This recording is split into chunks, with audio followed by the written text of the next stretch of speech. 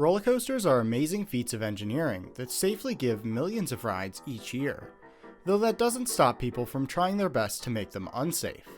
Today we'll be looking at several different cases of people doing just this, usually seeking some kind of social media attention. Let's start with the first video.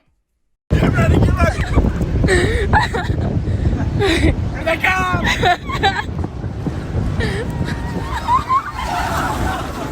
So this first video was filmed in 2021, and I think it shows one of the dumbest things I've ever seen someone do near a roller coaster. Now, thankfully the person in this video is just as strong as they are smart, and they didn't hit any of the riders on the train. Instead, they hit the front of the train. I don't think I need to explain how bad it would be if a fish hit a rider who was traveling close to 70 miles per hour. Now, this video was not shared by the creator until the end of the year, so the literal crime was not investigated until then, and no one really knew that it occurred at the time. But yeah, don't do this. Drink prime!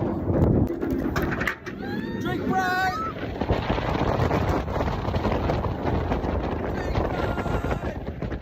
Alright, so I gotta at least give this guy some credit for sitting in the back, but there's just so much wrong with this. Starting with the obvious, the poor next person who's about to sit in that seat and wonder why it's soaking wet and sticky. That's gonna be an awkward few seconds in the station. Second, at the end of the day, this guy still has two loose articles, his phone and the bottle of Prime, which could easily fly out of his hands and, of course, fly into someone at 70 plus miles per hour. Also, guy, you're not Mr. Beast. Prime is not paying you. Why would you do this to yourself? That one time I took an ice cream cone on a roller coaster.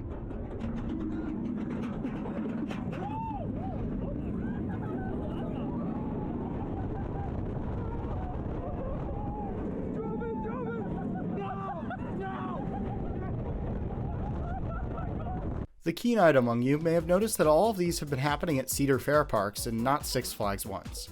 That's because people actually go to Cedar Fair parks. But actually, this is just what I found after 30 minutes of Googling. Don't worry, we have some Six Flags action in the next clip. This clip is much like the last one, except instead of sitting in the front, these guys decided to say, "Good luck, everybody else!" I mean, you can see the ice cream go flying. It makes you wonder if it hit someone else. Regardless, I find it really funny that this channel's name is Unemployed. This isn't the only stunt that they've done at parks either. Look, it's okay if you're proud of your employment status, but it doesn't give you the right to break any rules. People are jumping off the thing. It's gonna get electrocuted. Oh my god. He's nuts. So stuff like this was always my worst nightmare back when I was a ride operator. Thankfully, I never had to deal with anything this bad. But this is just dumb. When a ride stops, it's still a piece of heavy machinery that's only safe for you sitting down and staying secured. By getting out of your restraints in a ride stop, you're putting yourself at extreme risk, especially if the ride was to start moving again. Now, these problems aren't just happening with the public. In fact, sometimes the biggest fans of rides are also their biggest enemy. That's right, coaster enthusiasts are often just as guilty of doing stupid things on rides as the public. Hello everyone. Today I'm going to show you what not to do on a roller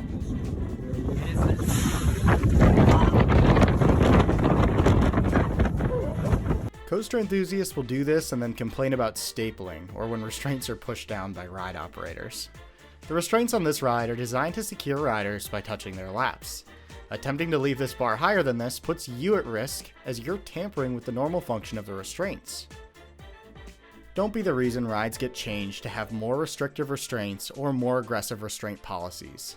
Ride normally and this won't be a problem. Let me know what you guys think of this video. I know it's a little bit more lighthearted than my usual educational content. As always, be sure to subscribe if you haven't already, and we'll see you next time.